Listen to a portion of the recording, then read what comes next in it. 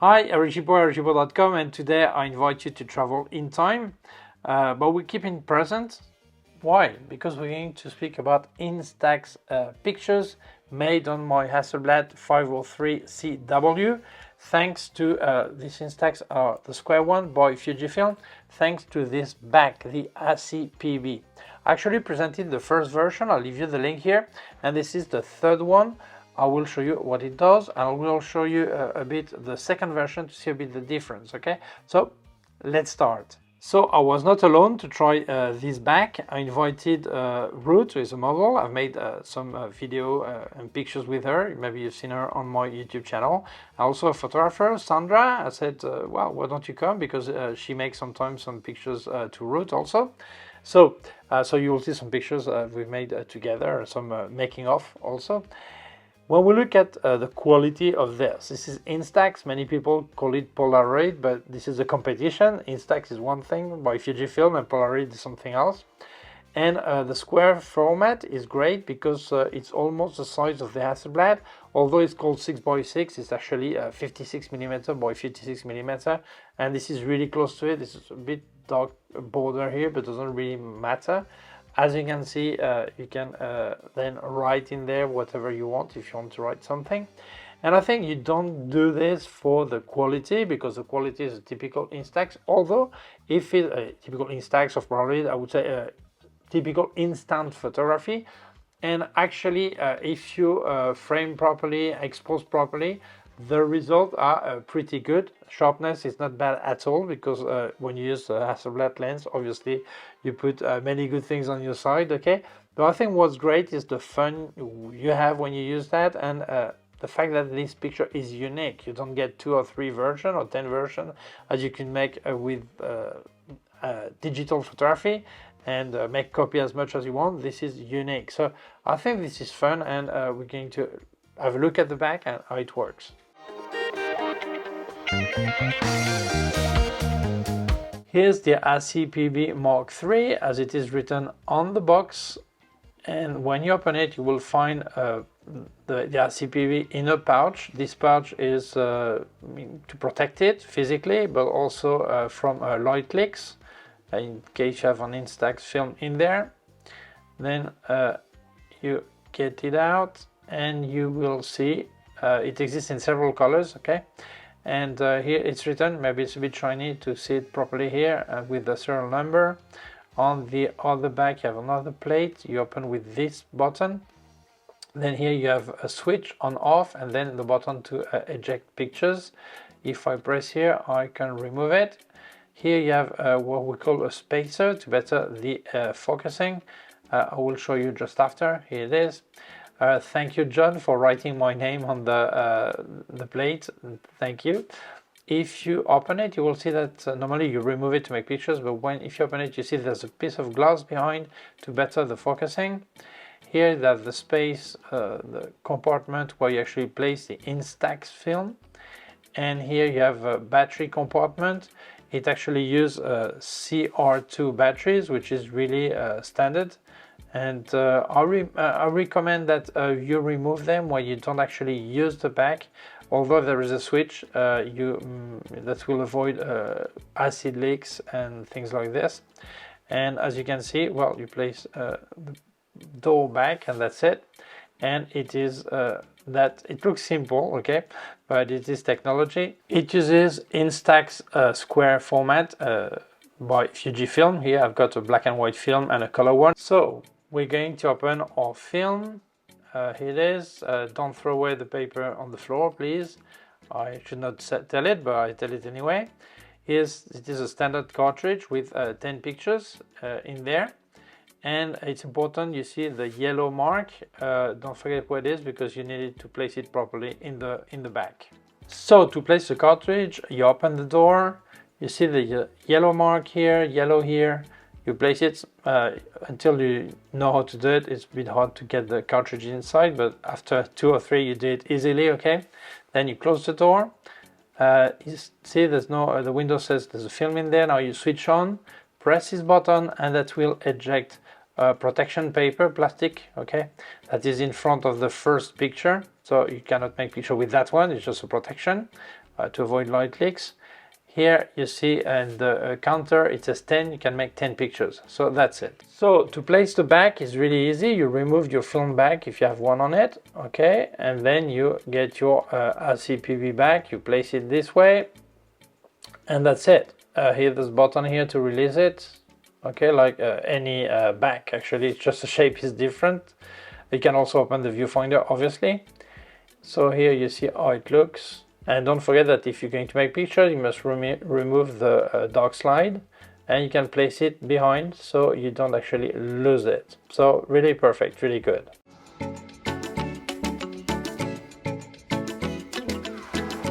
Here I've got the 2 version, and here I've got the 3 version Mark III. There are several differences, but the main difference, the most important difference, is the following one. When you use your camera, remove the film back, okay? If you have a waist viewfinder, there is no problem, problem to eject the picture upward or downward, doesn't really matter. Doesn't matter, okay? There's some space. But if you use a prism viewfinder, it actually goes over what could be your film back here. It would go over this. So it means if you're using a back, an Instax back that need to eject the picture, if you want to go upward, it's not possible because it will be blocked by the viewfinder. So you will need to, the only way is to or remove the back every time before making the ejection, okay? Or you will need to push down the picture downward. So the version 1 and 2, John Kasawa, the owner of HassyPB, decided to have a downside. So it was perfect. You can have any kind of viewfinder, it would work. What is the problem? Which is not really a problem, it's a matter of taste. The classical look of an Instax or Polaroid is this way. You have a wider white fringe here, a space here, you can write there all this. So for that, you need to eject upward with the version 3. So if you eject downwards, then your picture will be this way. The picture will be okay, the right side, because I take the same picture, but it will be upside, the right upside down will be fine, okay? So up and down will be fine. But the white, larger white space will be on the upside. And many people don't actually like the way it looks. They prefer to have this on the bottom. So this is why John decided to have this version that has the ejection towards the up. So your picture goes the classical look this way, it goes up this way, and you have the larger white part here, okay? But it means that both are great, but it's important you decide that if you're going to use a prism viewfinder, the Mark II is for you. If you want to have the classical look, you need the Mark III, and then you cannot use a prism finder. That's it. Aside of the orientation, there are some differences. They look really the same, but if you look here, there is this plate here. I can remove it. Here I can keep the spacer in there. That helps focusing. Have the right autofocus, not manual focus. Okay, right focusing. And this is important because actually the nightmare of any film photography are light leaks. And here you have a seal here, as you can see, that will help protect from light leaks aside of the dark slide. Also another difference, here you open it with this button on the side. On the version 2, it's on the top, the same as it would be on my film charger here, okay, a film bag, okay, similar. And also here he has added, there are a few cosmetic look difference, but basically they're the same, okay. And here he has a switch, and this is really good because although you're not ejecting any picture, here the circuit is always on, connected, so it means it will eventually drain your battery anyway. And here this switch actually makes sure the circuit is cut, so this way it doesn't drain your battery. Anyway, on any electronic device or electric device, I recommend you remove the batteries when you're not using it. For 5 minutes, no, but if you're going to keep it at home without using it for a week or whatever, remove the battery. You always avoid having acid leaks or any problem, okay? Now I'm going to explain to you why this spacer that is made for getting the focus right. Actually, when you make a picture with Hasselblad, here you have the ground glass where the focusing is being made. But if you use anything that is different from Hasselblad back, the distance of the film is a bit different, and that will make that it's out of focus. Okay, if you place this, it will not be exactly as it should. So one solution is to place a spacer in there, and that will change the distance of the ground glass and will make the focus right. But I'm going to read you some notes John actually sent me. Explain that at f8, 11, 16 and 22 the focusing is right. You don't actually need the spacer because depth of field is enough to get it right. And the problem occurs when you're on 2.8 up to 5.6 because the focusing will not be spot on. It will look spot on in the ground glass, but when you get your picture, it's out of focus. So you place a spacer to compensate this, and that will work. What is the problem with this? First, you have to place it, okay, but second, you lose infinity focusing. So that may be a problem depending on what you want to do. So you actually have three options. One is to shoot between f11 and f22 and don't need a spacer. Second is to use a spacer without having the infinity focus. And third option is you don't place a spacer, you actually focus as you want, then you check the distance here and you add about 50 centimeters and that will be spot on. Okay, so there are the three possibilities.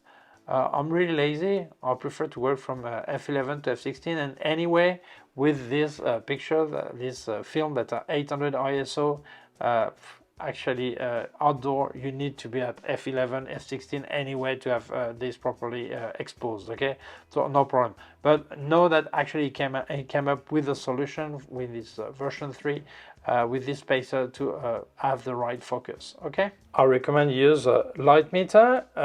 These film are 800 ISO. Okay, and that's it. You make the measure and that's it. And then don't forget to remove the dark slide. You place it in the back. You need to crank your shutter, and you're ready to make a picture. Once your picture is made, really easy. You just press this button that will eject the picture. You don't need to shake it, just place it face down about a couple of minutes and it will develop. And then don't forget to place again the dark slide to avoid light leaks. But this is that simple. When the counter says 0, you don't have any more picture left, so you just open the door, remove the cartridge. As you can see, it is empty. Close the door. Don't forget to switch off in case you didn't do it yet, and replace the dark slide if you didn't do it before. Okay, so I've spoken about the difference between the version 3 and version 2, but now let's speak about the competitors. There are other Instax back I've seen, but there's a difference. First, some are a lot more expensive than this and they're not as good.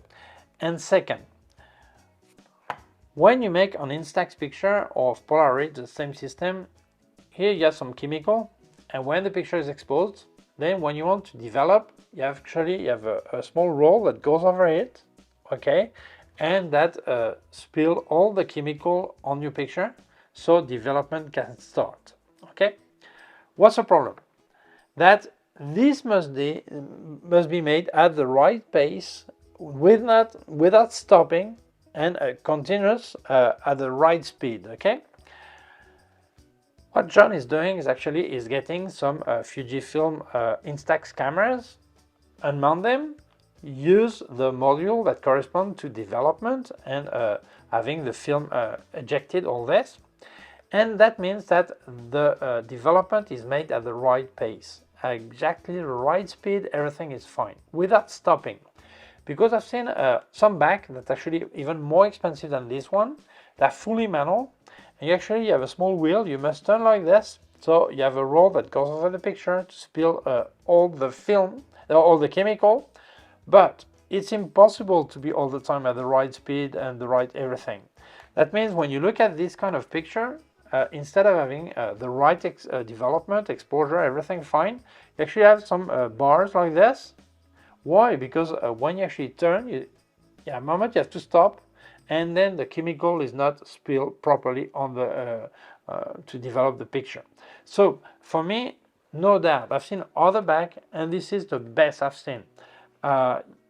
Yes, it's big, all this, but it's impossible to have a lot smaller if you want to have the electric part anyway. But still, the result is a lot better than anything else I've seen. So what is the advantage of making pictures with the Hasselblad Instax picture? Well, when you have an Instax camera, although they are great cameras, the optical quality has nothing to do with what you will get on this camera. So you already lose on the optical side, adding to that the limited quality of that kind of picture, okay? But with my Hasselblad, if I make a mistake with exposure, well, sorry, okay? But if you don't make any exposure mistake, the sharpness you get is the highest you can get actually with Instax. So this is great. Obviously, I would not buy a Hasselblad camera just to do some Instax because that's a lot of money, okay? But if you already have a Hasselblad camera, why not add a back like this and have fun and make different pictures than you normally do? Instant pictures with really the highest quality you can get out of an instant picture. I think this is great. Obviously, yes, you could buy a Hasselblad just for that if you have a typical artistic project or portrait, whatever project you could have, okay? But for me, that's logical if you already have the camera more than buying the whole thing, okay? But still, this is the best quality you can actually get with an Instax picture. Conclusion. Well, actually, I should have said something at the beginning because very often some people say, yeah, but you can add some Polaroid back for Hasselblad. One thing, don't buy that. Why? Because yes, this back exists, they sell them very often for 100 euros, something like this, and the seller tells you, you can still buy films. Yes, you can still find them. They're not made anymore, and the cost for 8 shot is around 250 euros. Actually, last year a friend gave us one of these films with Thomas App, another YouTuber, and it was a great gift, 250 euros. He actually paid for it, he didn't have it in stock, he bought it as a gift and we used it, okay? Not on the Hasselblad, on Mamiya RB67, okay? But still, don't get this back because you will ruin yourself getting films. So nowadays, the only way to have instant photography on a Hasselblad is this. Use the Instax, not the FP3000 that is so expensive now because it's not made anymore, but this Instax Square, okay? That's the solution, okay? So for me, this product is just great, completely recommendable. So if you're interested, I'll leave you a link here in the description where you can buy it, and also a link to John Kasawa YouTube channel. He's a great guy. He lives in Thailand. He's actually Thai, and he goes around the country, make pictures with his kids and family, and you discover many things, and always with Hasselblad. So for me, this is a really recommendable channel to have a look at.